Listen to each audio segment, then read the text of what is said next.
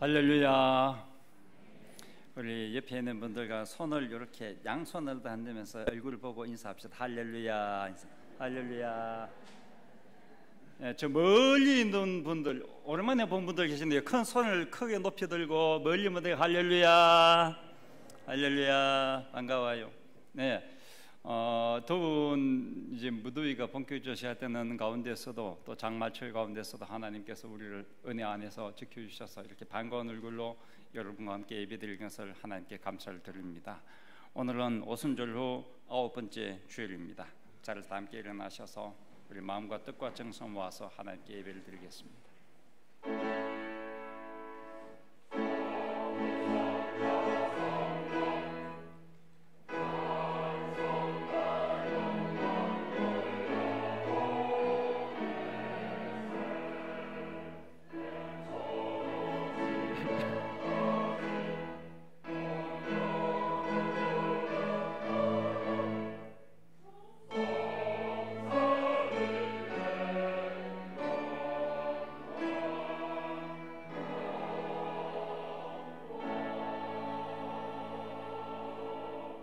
온 땅이여 여호와께 즐거운 찬송을 부를지어다.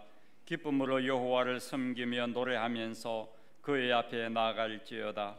여호와가 우리 하나님이신 줄 너희는 알지어다. 그는 우리를 지으신 이요 우리는 그의 것이니 그의 백성이요 그의 기르시는 양이로다. 길고도 긴 장마철 가운데서도 우리의 목자 되셔서 푸른 풀밭으로 쉴 만한 물가로 인도해 주신 하나님께 감사와 찬양을 드립니다. 오늘도 우리를 은혜의 자리인 성전으로 불러주심을 감사드립니다. 온 마음으로 힘을 다하여 주님을 찬양하며 예물을 드리고 주님께 기도합니다. 사모하는 우리에게 말씀을 들려주시고 상한 마음이 고침받고 우울한 마음이 달아나고 기쁨이 넘치게 하옵소서. 우리의 예배를 받으시는 예수님의 이름으로 기원하옵나이다. 아멘.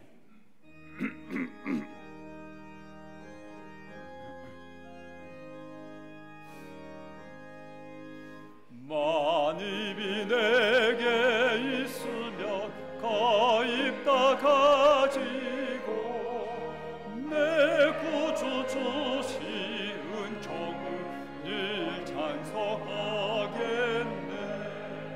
내 은혜로신 하나님 날 도와주시고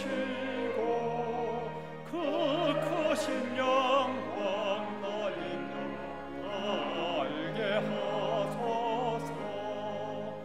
내 주의 귀한 이름이 날 위로하시고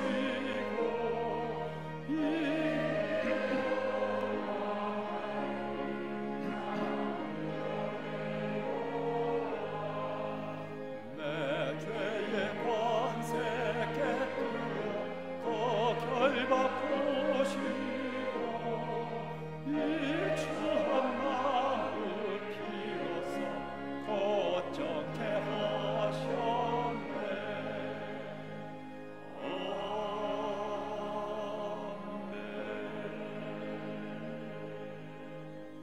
사도신경으로 신앙을 고백드립니다.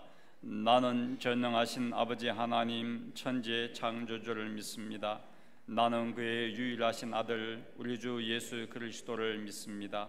그는 성령으로 잉태되어 동정녀 마리아에게서 나시고 본디오 빌라도에게 고난을 받아 십자가에 못 박혀 죽으시고 장사된 지 사흘 만에 죽은 자 가운데서 다시 살아나셨으며 하늘에 오르시어 전능하신 아버지 하나님 우편에 앉아 계시다가 거기로부터 살아있는 자와 죽은 자를 심판하러 오십니다. 나는 성령을 믿으며 거룩한 공교회와 성도의 교제와 죄를 용서받는 것과 몸의 부활과 영생을 믿습니다. 아멘. 잘 앉으십시오.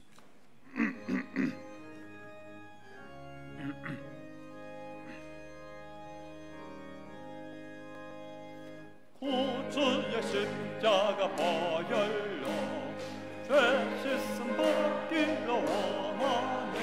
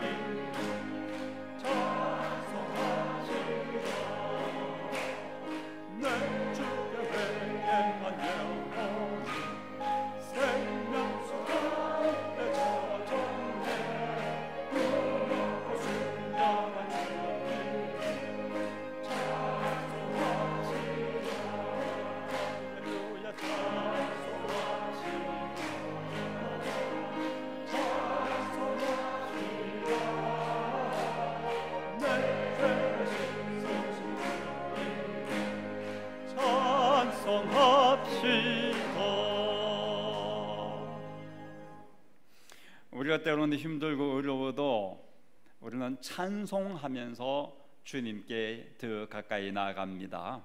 내 주를 가까이 하게 하면 십자가 짐 같은 고생이나 늘 찬송하면서 주님께 더 가까이 나가기 원합니다.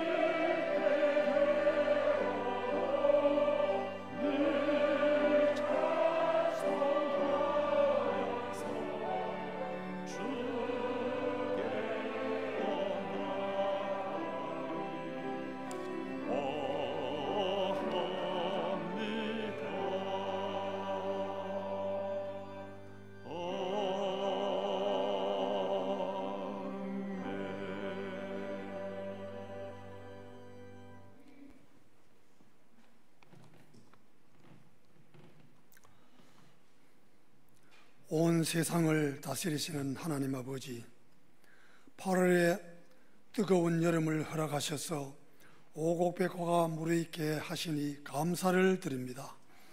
주님께서 무더운 여름을 주신 것은 그 속에서 생명이 자라나고 열매를 잇게 하시는 섭리가 있기 때문임을 믿습니다. 이 무더위 아래 저희들의 생명도 믿음으로 더욱 성숙하게 하시고 사랑과 희락과 화평의 열매를 맺게 하여 주옵소서. 이 시간 온 마음과 정성을 다하여 드리는 예배를 받아 주옵소서. 입술로는 주님을 사랑한다고 말하면서 오히려 세상과 저희 자신을 더욱 사랑한 허물을 고백합니다. 주님마저도 저희들의 이기적인 사랑의 도구로 만들려 했던 죄를 고백합니다. 코로나로 인하여 사회적인 거리두기를 실천하다 보니 주님 전에서 예배드리기를 소홀히 하고 하나님과 거리두기를 한 것을 고백하오니 용서하여 주옵소서. 이제부터 주일 예배를 중심으로 공예배에 적극적으로 참석하기로 다짐하게 하옵소서. 교회학교 여름 성경학교를 위하여 기도합니다. 오늘부터 즐거운 여름 성경학교가 시작됩니다. 코로나로 인하여 주일에만 축소하여 성경학교를 실시하오니 교사와 아이들이 위축되지 않게 하시고 준비하시는 손길들을 기억하시어 협력하여 좋은 결과가 나타나게 하옵소서. 복된 장맛비와 같은 은혜를 내려주셔서 코로나로 느슨해진 마음이 신앙이 다시 회복되는 축복의 성경학교와 수련회가 되게 하여 주옵소서. 이제부터 본격적으로 찜통더위가 시작될 텐데 연로하신 성도님과 병마와 싸우시는 성도님들을 치료하여 주옵소서. 치료를 받으면서 은혜를 받아 더욱 주님을 의지하며 살게 하옵소서. 집중호우로 인하여 소중한 생명을 잃기도 하고 재산 피해와 농작물 피해가 많이 생겼습니다. 절망에 빠진 백성들을 위로와 용기를 주옵소서. 하늘을 원망하기보다 자연의 잘못을 관리한 인간의 교만과 완악함을 깨닫게 하옵소서. 이럴 때일수록 이웃을 소중히 여기며 사랑의 손길이 펴지게 하옵소서. 나라다운 나라를 위하여 기도합니다.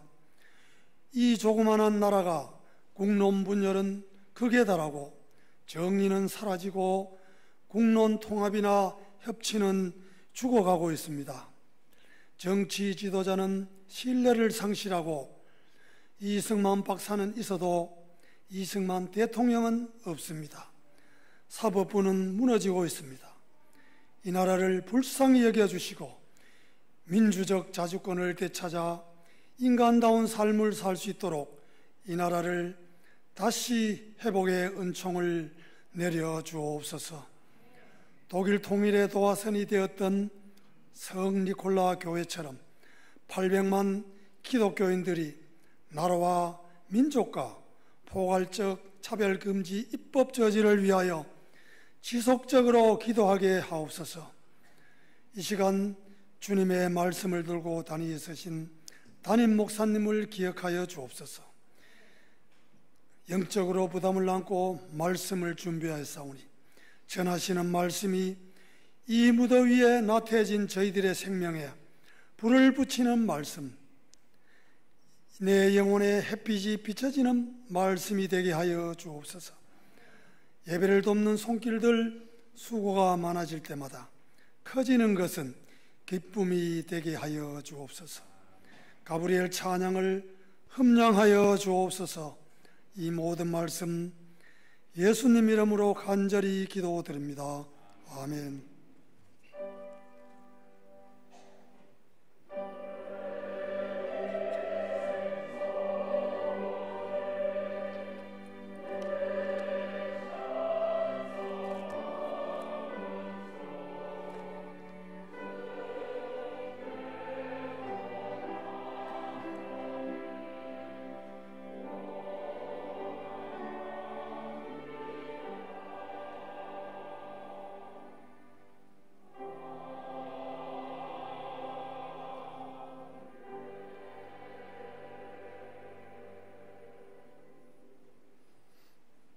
하나님께서 오늘 우리에게 주시는 말씀은 구약성경 이사야 19장 19절부터 25절까지 말씀입니다.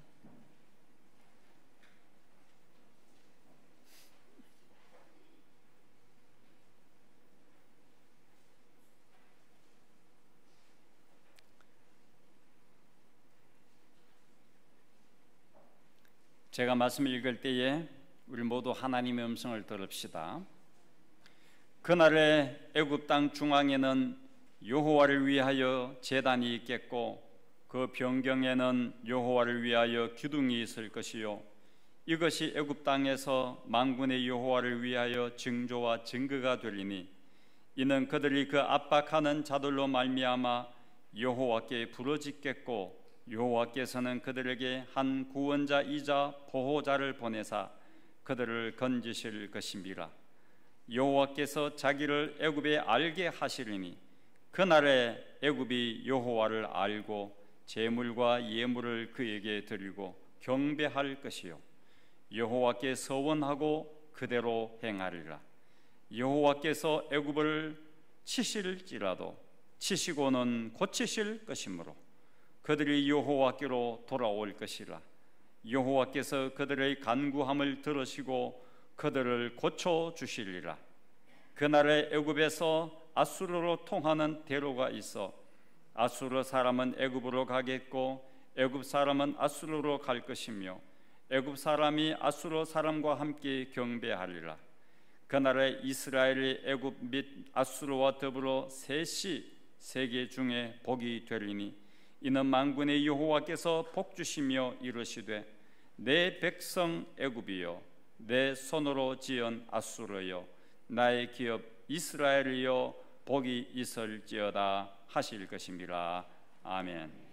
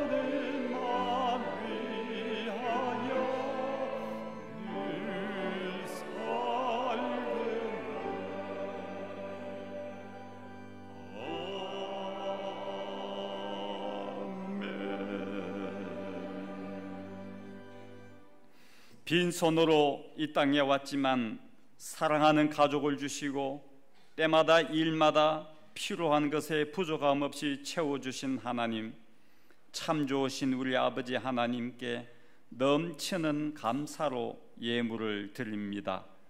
빈들에서도 오병이어로 풍성한 식탁을 마련하신 주님께서 광야 같은 세상에서도 가정, 사업 일터마다 흔들어 넘치도록 안겨 주옵소서.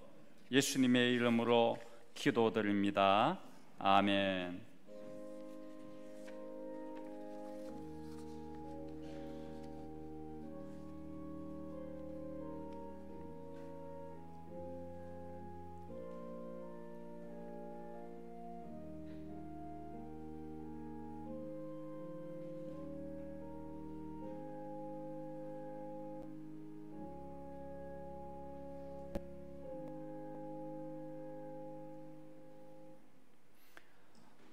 이사야 선지자는 유다 나라에게 주시는 하나님의 말씀을 선포합니다. 그것이 이사야 1장부터 12장까지 나와 있습니다.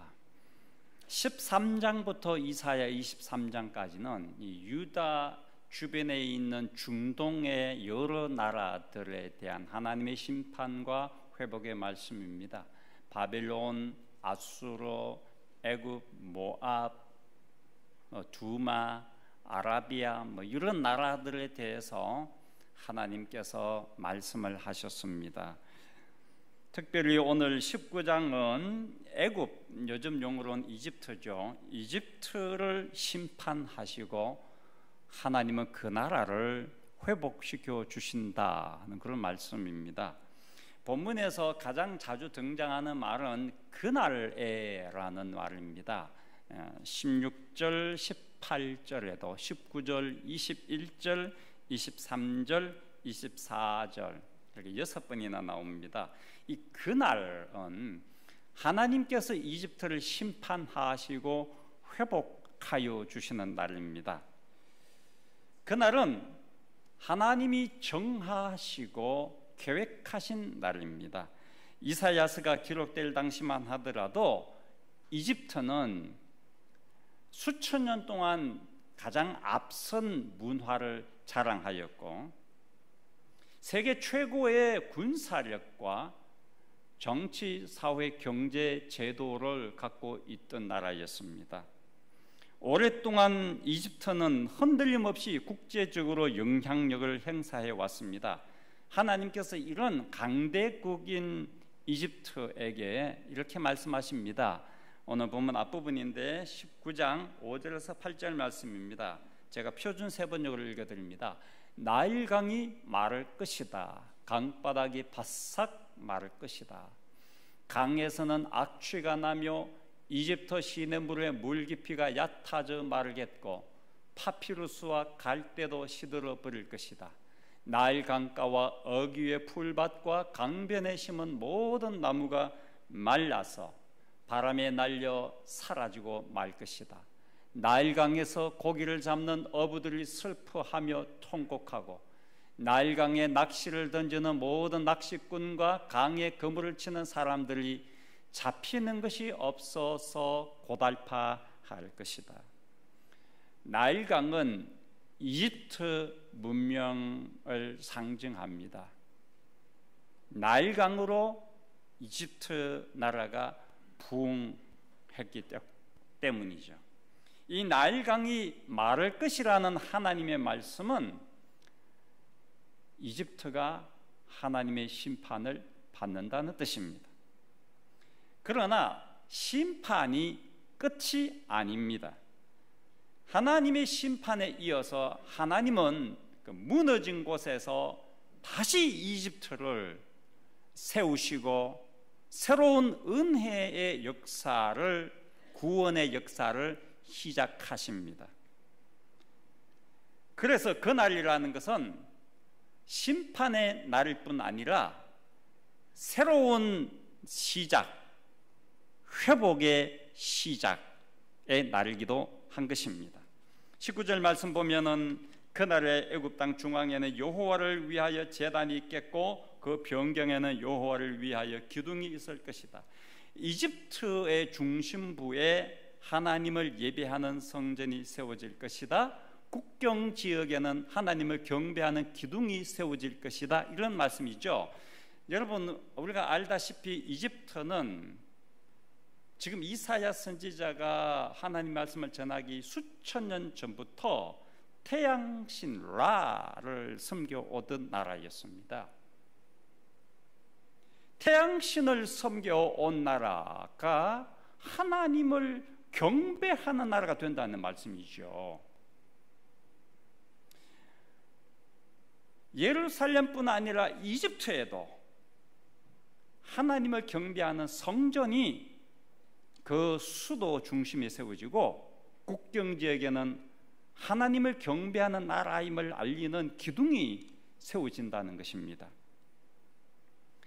그러니까 하나님은 이집트를 심판하는 아주 무섭고 무서운 그런 하나님 아니고, 잘못된 것은 심판하지만 이 나라를 다시 하나님의 나라로, 하나님의 백성으로, 하나님의 은총을 받는 나라로 세워 가신다는 것이죠.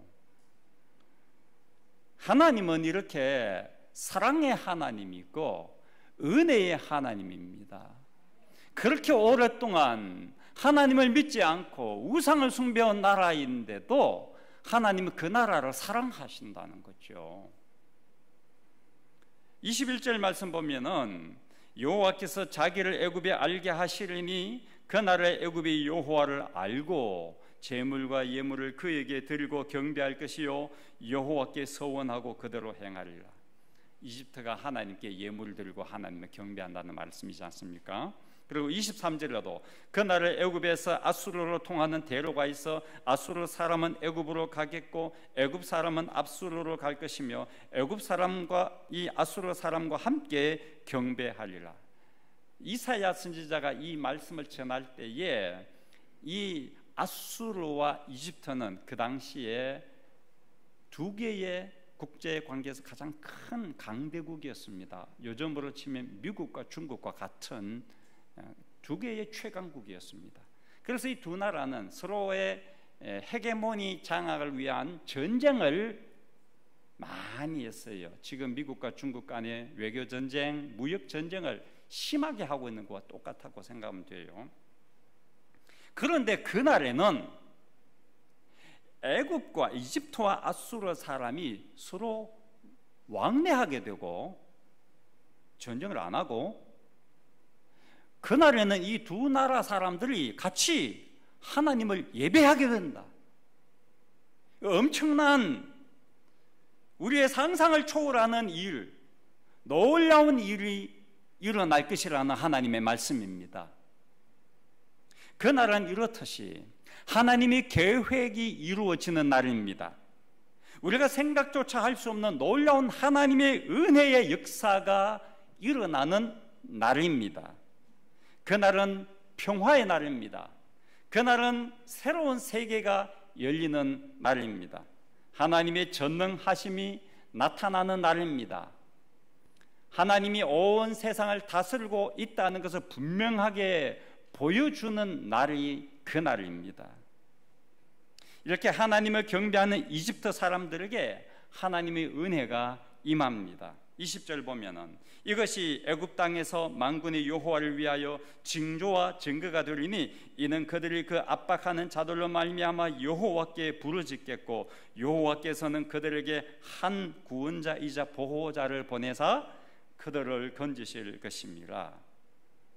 22절 보면 여호와께서 애굽을 치실지라도 치시고는 고치실 것이므로 그들이 여호와께로 돌아올 것이라. 여호와께서 그들의 간구함을 들으시고 그들을 고쳐주리라.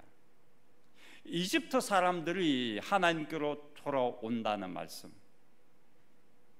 하나님께서 이집트를 심판하긴 하지만 심판하시고는 고쳐주시는 하나님, 회복시켜 주신 하나님.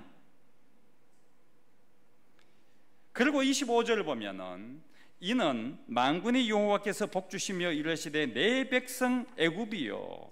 이집트를 하나님이 뭐라고 부르십니까? 내 백성 이집트요, 이렇게 부르고 있습니다. 원래 구약 성경을 보면은 하나님이 내 백성이라고 부르는 민족은 딱 하나밖에 없습니다. 누구죠? 이스라엘 민족입니다. 이스라엘 민족만이 하나님 백성이라고 불렸어요. 그런데 이사야서를 보니까 이 태양신을 지금 숭배하고 있는 하나님이라고는 전혀 알지 못하는 이 이집트 사람들을 가리켜서 하나님은 내 백성 이집트여라고 부르고 있습니다.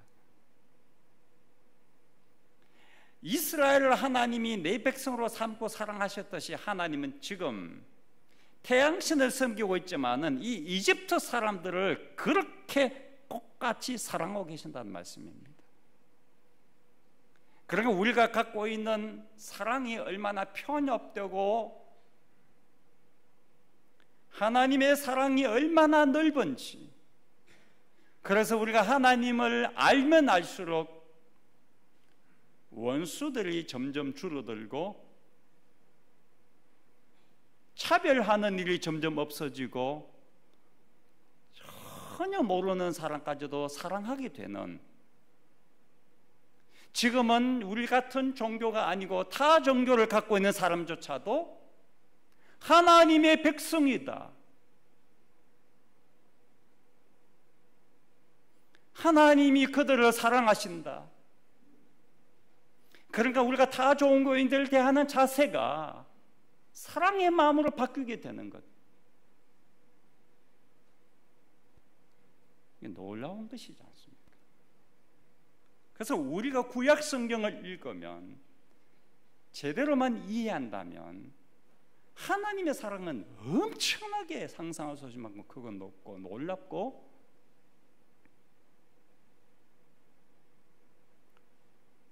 우리가 그 사랑을 배워가게 되는 것입니다. 조금씩. 그래서 믿음이 성장할수록 더 많은 사람을 사랑하게 되고 관용하게 되고 포용하게 되는 것입니다. 구별짓고 차별짓는 일은 점점 줄어들게 될 것입니다. 여기서 이집트는 하나님을 믿지 않는 여러 나라들을 대표하는 나라로 나와 있습니다. 이집트를 하나님의 백성으로 삼으시고 구원하고 회복시켜준다는 이 말씀은 그 당시 세계의 모든 나라들, 아수르, 바벨론, 구서, 모압, 암몬, 아람, 모든 나라들을 하나님이 사랑하시고 하나님의 백성으로 삼으시고 그들을 구원하시고 그들을 회복시켜 주신다는 말씀입니다.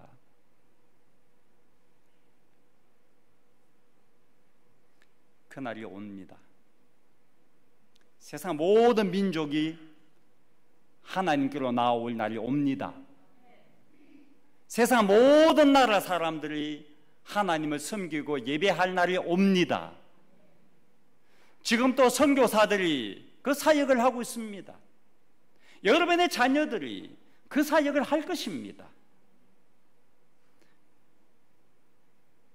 좁은 의미에서는 그날은 우리에게도 해당됩니다. 나에게도 그날이 옵니다. 우리 가정에도 그날이 옵니다. 내가 응답받을 기도에 응답을 받을 그날이 옵니다. 하나님이 나에게 응답하시려고 준비하시고 계획하시고 정하신 그날이 우리가 끊이지 않고 포기하지 않고 계속하여 기도할 때 그날이 앞당겨질 수도 있습니다. 그날에 내 남편도 하나님께로 나올 것입니다. 그날에 내 자녀들도 하나님께서 영광스럽게 세워주실 것입니다.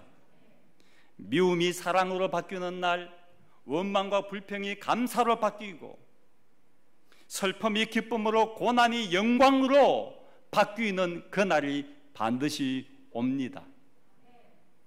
다윗은 그날의 기쁨을 이렇게 찬양하였어요.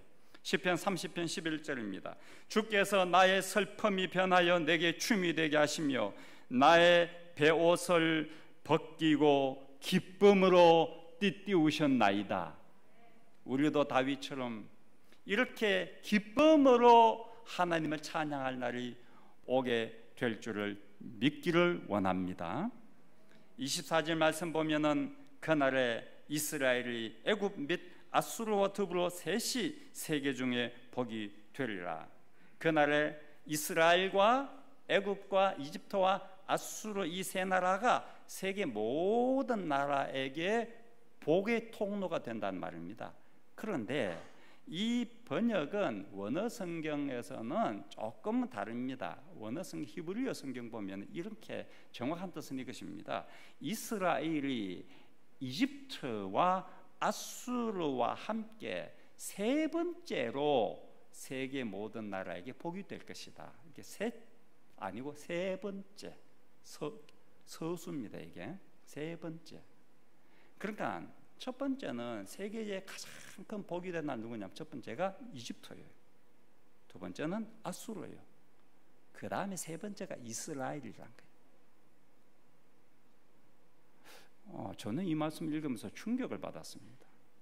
왜냐하면 하나님이 이스라엘을 하나님 백성을 제일 먼저 삼으셨기 때문에 이스라엘이 넘버원이 돼야 되잖아요.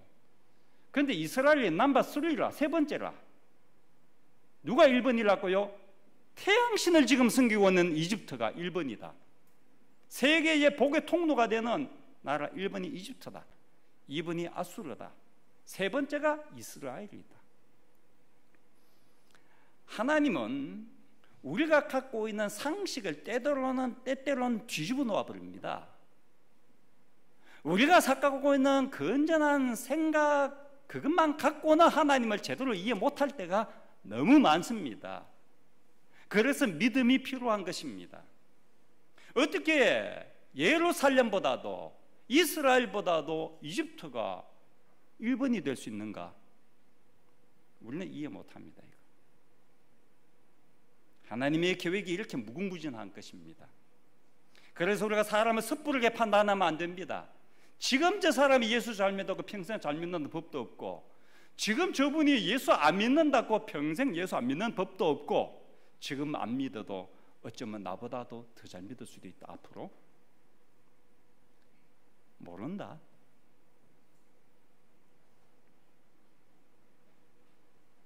이 말씀은 기독교 역사 교회사 책을 보면은 4세기 말에 이루어졌습니다. 이 말씀은 그대로 이루어졌습니다.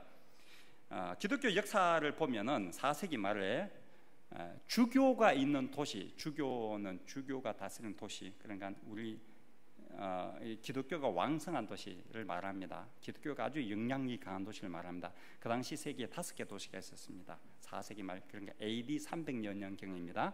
300년대 380년 90년경입니다. 이때 5개 기독교 가장 왕성한 도시가 뭐냐면 첫 번째가 로마입니다. 로마 지구 기독교 국가였거든요. 두 번째가 콘스탄티노플입니다. 콘스탄티노플은 지금 터키에 있는 이스탄불입니다. 이스탄불의 두 번째 기독교 주교가 강한 도시였습니다. 세 번째가 알렉산드리아입니다. 알렉산드리아는 이집트의 제2의 도시입니다. 지금도 성지 순례 가면 알렉산드리아를 갑니다. 기독교 국가였습니다. 이집트가. 그 다음 네 번째가 안디옥입니다. 사도행전에 많이 나오는 안디옥. 사도 바울과 바나바를 선교사를 파송했던 안디옥 교회. 안디옥이 지금은 시리아의 도시입니다. 그러나 이사야가 말씀을 전할 때는 시리아가 아수르에 패망했으니까 아수르의 도시가 안디옥이었습니다. 그리고 5번째 주교가 있는 도시가 예루살렘이에요. 그러면 예루살렘보다도 알렉산드리아가 이집트가 그 다음에 안디옥이 아수르가 앞서잖아요. 역사가 입증하는 것입니다. 이게 지금 이집트는 오래전부터 로마 제국보다도 더 먼저 예수를 믿었어요. 자부심이 강해요. 그래서 전승에 따르면은 이집트에는 베드로의 제자의 마가복음을 기록한 저자의 마가가 이집트 알렉산드리아에 가서 복음을 전하여서 교회가 세워졌다고 나와 있습니다. 그러니까 그게 언제입니까? 80년, 90년경입니다. AD 90년, 80년경. 지금부터 2000년 전이에요. 로마 제국보다도 먼저 기독교가 들어갔고요. 그 이전에 알렉산드리아는 BC 3세기에 그래서 알렉산더 대제가 세운 도시인데, 알렉산드리아 도서관이 있어요. 지금도 성지순례 가면 도서관에 반드시 들르게 되어 있습니다만은, 이 알렉산드리아 도서관에서는 구약 성경 39권을 히브리어를 그 당시 세계 만국 통용어인 지금의 영어와 같은 헬라어로 번역한 70인역 번역본을 번역한 책을 만든 도시가 알렉산드리아예요. 그게 도서관에서 했어요.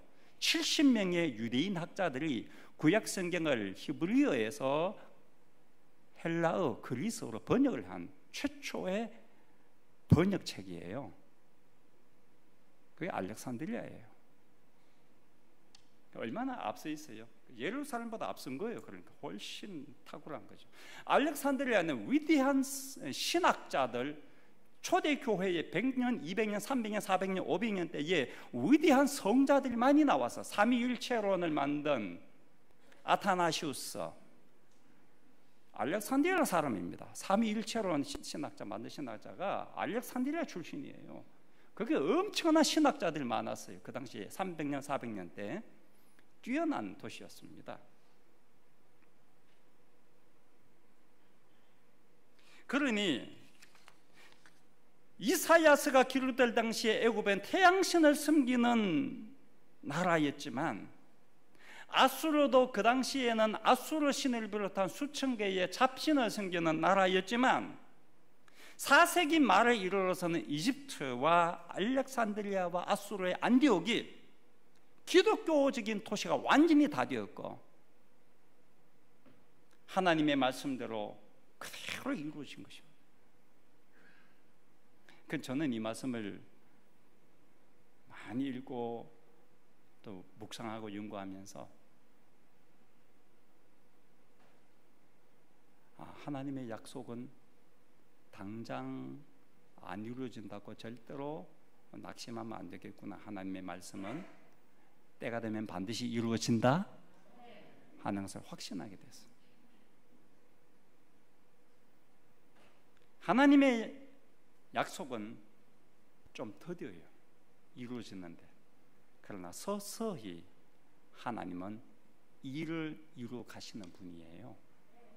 창세기 12장 2절 3절 보면, 내가 너로 큰 민족을 이루고 네게 복을 주어 내 이름을 창대하게 하리니 너는 복이 될지라. 너를 축복하는 자에게는 내가 복을 내리고 너를 저주하는 자에게는 내가 저주하리니 땅의 모든 족속이 너로 말미암아 복을 얻을 것이라 하신지라. 이 말씀 우리가 잘 아는 아브라함에게 하나님이 복의 말씀, 약속을 하신 말씀 아닙니까? 이 말씀 그대로 이루어졌지 않습니까?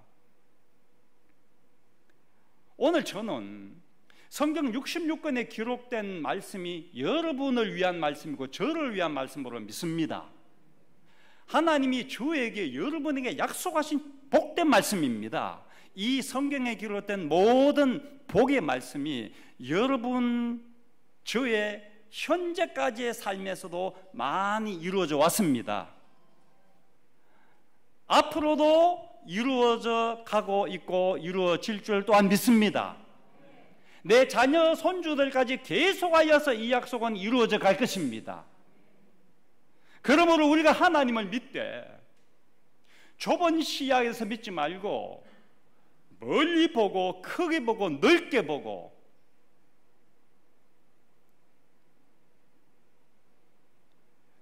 너무 조급하게 하나님을 생각하지 말고 좀 여유 있게 느긋하게 하나님을 믿고,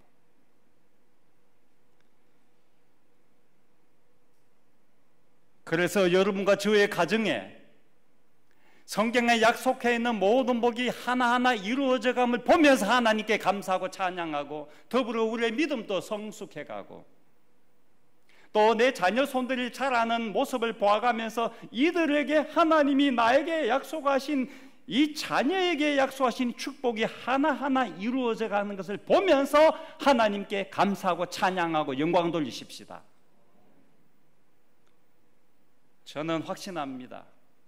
우리나라가 세계의 복의 통로가 되는 나라가 될 줄 확신합니다. 저는 대한민국이 지금 또 남북으로 나뉘어진 나라, 작은 나라임에도 불구하고 미국 다음으로 많은 해외 선교사를 파송한 나라입니다. 저는 남북이 복음으로 반드시 통일된다고 믿습니다.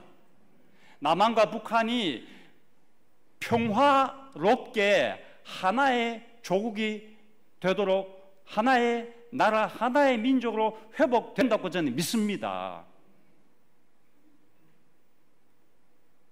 하나님이 하시거든.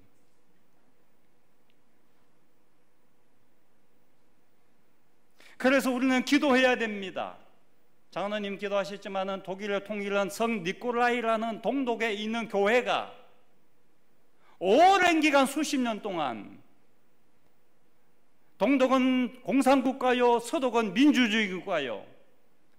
이 동독에 있는 성 니콜라이 교회 목사님이 매주 기도회에 날을 정하고 독일 민족의 통일을 위하여 기도해 왔는데 이루어졌습니다. 여러분, 우리가 정말 하나님을 믿는다면, 정말 하나님이 이 역사를 이끌어감을 믿는다면 이 민족의, 우리 민족의 복음 통일과 평화 통일을 위하여 날마다 기도할 것입니다. 이집트와 아수르처럼 지금은 믿음이 없는 사람일지라도 그들의 구원을 위하여 그들의 하나님께 돌아오도록 우리가 포기하지 말고 계속 기도합시다. 우리의 자녀들을 위한 기도 포기하지 말고 기도합시다. 하나님은 여전히 그들을 사랑하고 계십니다. 그들이 하나님께로 돌아올 그날이 반드시 올 줄을 믿습니다. 그날에는 그들이 나와 같이 하나님을 경배하게 될 것입니다. 이 말씀을 우리가 믿음으로 받아들이며 찬양을 함께 드리기 원합니다. 세상 모든 민족이 구원을 얻기까지 하나님은 쉬지 않고 일하십니다. 우리는 주님의 심장을 갖고 일어나 주님을 따르기 원합니다.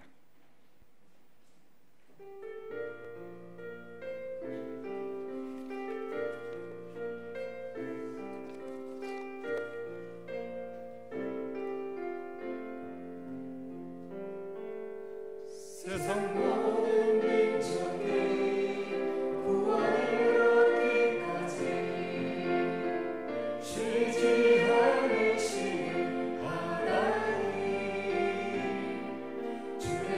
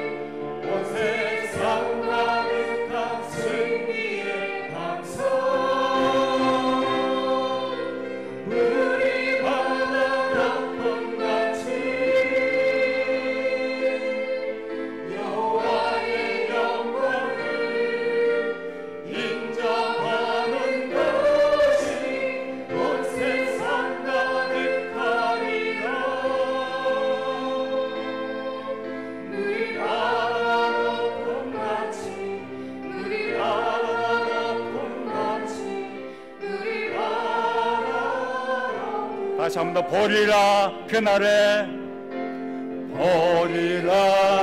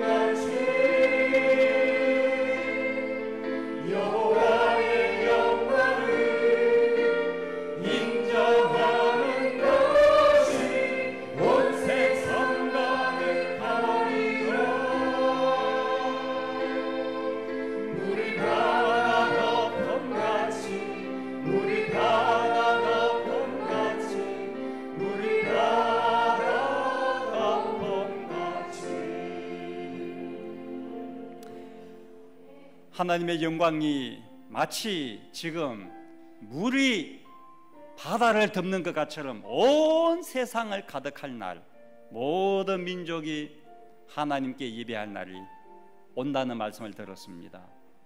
우리가 이 시간에 기도할 때 온 세상이 하나님을 예배하는 날이 오도록 쓰임받는 나, 내 자녀, 내 믿음의 가문 되게 하옵소서. 그리고 좁게는 나의 기도의 제목, 우리 가정의 자녀들, 우리 교회, 우리나라의 평화 통일, 하나님의 때에 이루어지고 돌아오고 회복되고 연약해진 사업체 다시 부흥하고 일어날 그날이 올 줄 믿고 사업체를 위해서 기도하시고 하나님이 우리 가정을 회복시킬 그날, 이 민족을 회복시킬 그날 꿈꾸면서 우리가 전 함께 기도하기 원합니다. 우리 기도하겠습니다.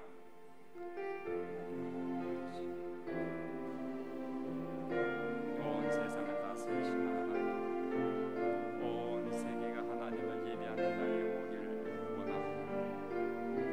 주님, 제가 제 자녀들과 손주들과 제 믿음의 후손들, 세계가 하나님을 예배하는 그날에 쓰임받는 후손들이 되게 하여 주시옵소서.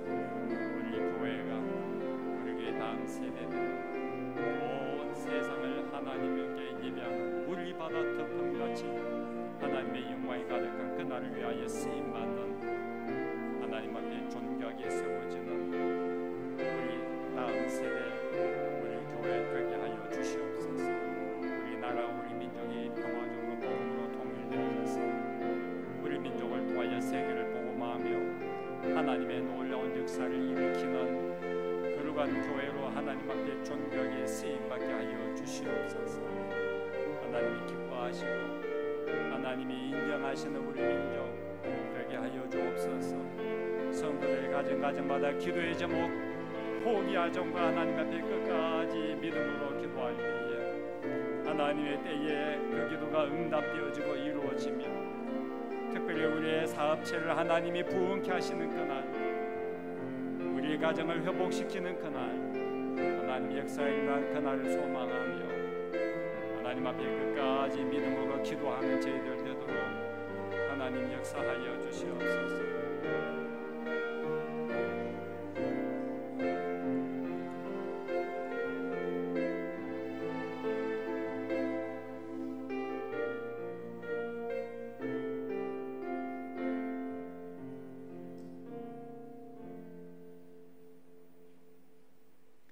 그날 하나님의 놀라운 계획과 뜻이 이루어지는 그날이 우리 개인, 가정, 교회, 우리 민족, 인류 사회에 이루어질 줄을 확실히 믿고 우리가 포기하고 힘들다고 그만두지 아니하고 끝까지 소망을 품고 우리의 가정을 위하여 교회와 우리의 사업체와 우리 민족과 인류 사회를 위하여 기도하는 저희들이 되게 하여 주옵소서.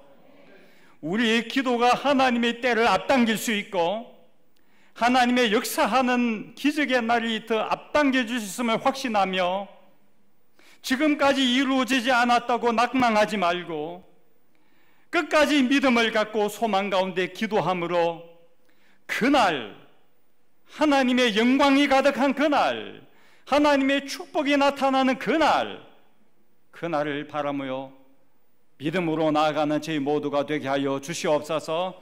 특별히 우리 민족을 사용하여 주옵소서. 온 인류 사회를 복음하는 데 쓰임받는 거룩한 민족으로 세워주시옵소서. 평화적으로 복음으로 하나 되게 하셔서 북한 땅에도 교회가 다시 재건되어지고 남북한을 통하여 세계에 복음하는 인물들이 나오며 세계의 수많은 선교를 파송하는 우리 민족이 되게 하여 주시옵소서. 예수님의 이름으로 기도하옵나이다. 아멘. 자, 그래서 다 함께 일어나서서 결단의 찬양 드리겠습니다.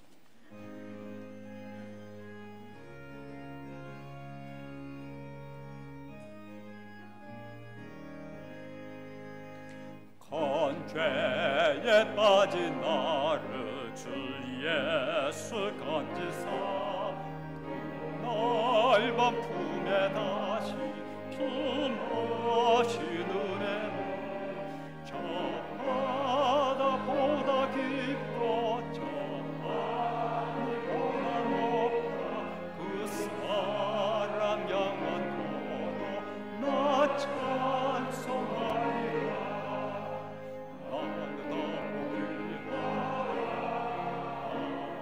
나는 더 귀하다 하늘 없이 누구 우리 주의 사랑 나는 더 귀하다. 옛날의 유대당 주 예수 다닐 때 그분의 받으려고 금분이 모였네. 눈 환자 병든 자를 다 고쳐주셨사니 나 같은 죄인까지 그은혜 받거라. 나를 더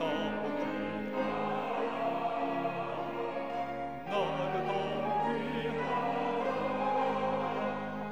아님없이 누구 우리 주의 사랑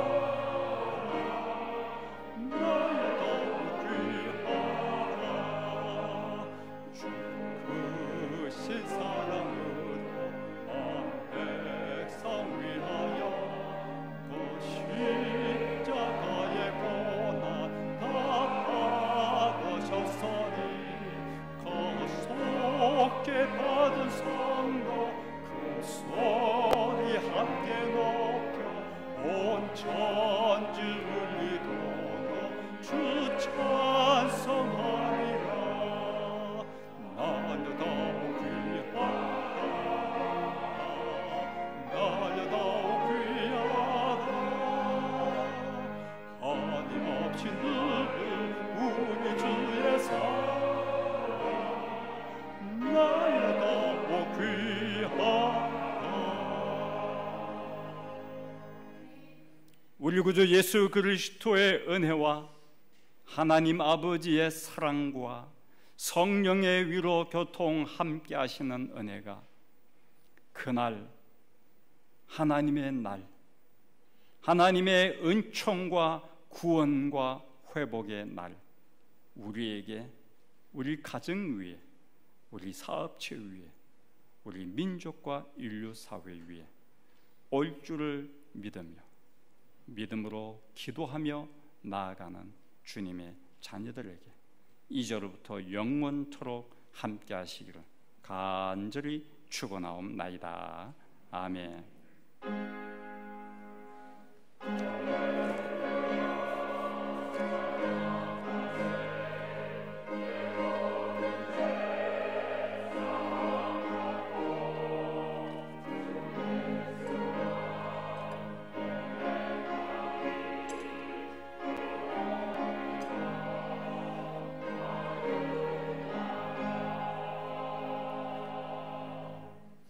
잘하십시오. 제가 한 가지만 여러분께 안내를 드립니다. 우리 교회 소식에 나와 있는 박스 안에 있는데 시편 유행 우리가 9월 1일부터 내년도 1월 30일까지 시편 150개 시가 있는데 10편을 하루에 한 20절씩, 어떤 때는 2장이 2편이 될 수도 있고 1편도 될 수도 있고 한 20절씩 주일과 명절을 빼고는 매일 우리가 좀 필사하는 그런 여행을 하고자 합니다.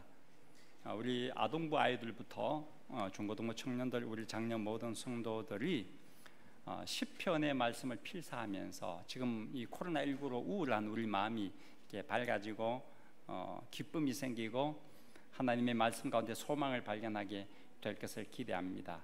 제가 이 시편 여행이라는 단어를 쓴 두 가지 의미가 있습니다. 여행은 시편 1편부터 150편까지 쭉 한번 투어하는 겁니다. 둘러본다는 의미에서 여행이고, 두 번째 여행의 의미는 여기서 행복할 것, 이 말의 줄임말이 여행, 여기서 행복할 것. 시편을 20절씩 쓸 때 그날 그 자리에서 우리가 하나님이 주신 행복을 누리게 될 것입니다. 그래서 여행입니다. 이 성경을 우리 전교회적으로 필사운동을 하면서 이 코로나19를 말씀으로 뛰어넘기를 원합니다. 많지 않기 때문에 누구든지 짧은 구절은 쓸 수 있어서 동참하기를 바라고요. 교회에서 정해진 10편만 기록할 수 있는, 필사할 수 있는 필사 노트를 일괄적으로 구입해서 신청하는 분들에게 나눠드리는데, 한 권에 한 5,400원 좀 하는데 교회에서 2,400원은 재정에서 지원해주고 3,400원 지원해주고 2,000원만 여러분이 부담하면 됩니다. 3층에 나가면 필경대 위에 신청하는 여러분의 성함을 써주시면 되고, 아니면 1층에 사무간사 자리 위에 또 신청서에 여러분 성함을 써놓으셔도 됩니다. 혹시 여기에 못 왔지만 내 자녀를 위해서 자녀 이름도 쓰고 자녀도 같이 이렇게 동참하도록 해도 됩니다. 여러분들 목장별로 또 남녀 선교회별로 함께 시편 필사운동을 하면서 말씀 가운데서 우리 교회가 다시 한번 위로와 힘과 또 꿈을 발견할 수 있는 은혜가 있게 되기를 간절히 소망합니다. 8월 23일까지 신청하시면 30일 주일에 필사 노트를 이렇게 다 나눠드리도록 그렇게 하겠습니다.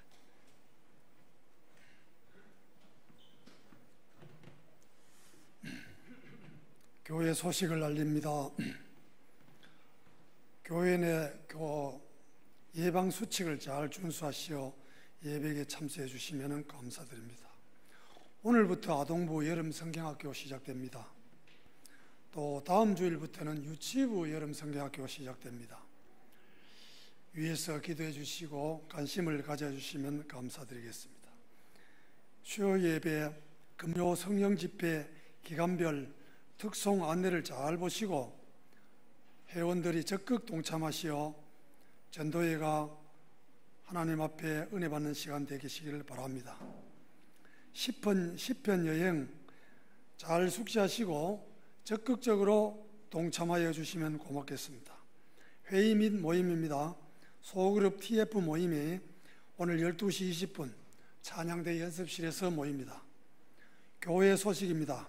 담임 목사님께서 4일부터 7일까지 여름 휴가를 떠납니다. 위에서 많은 기도를 부탁드립니다. 이상욱 장로님께서 성경 일독을 하셨습니다. 수고하셨습니다. 우리 예배분들과 한번 인사합시다. 사랑합니다. 축복합니다. 네.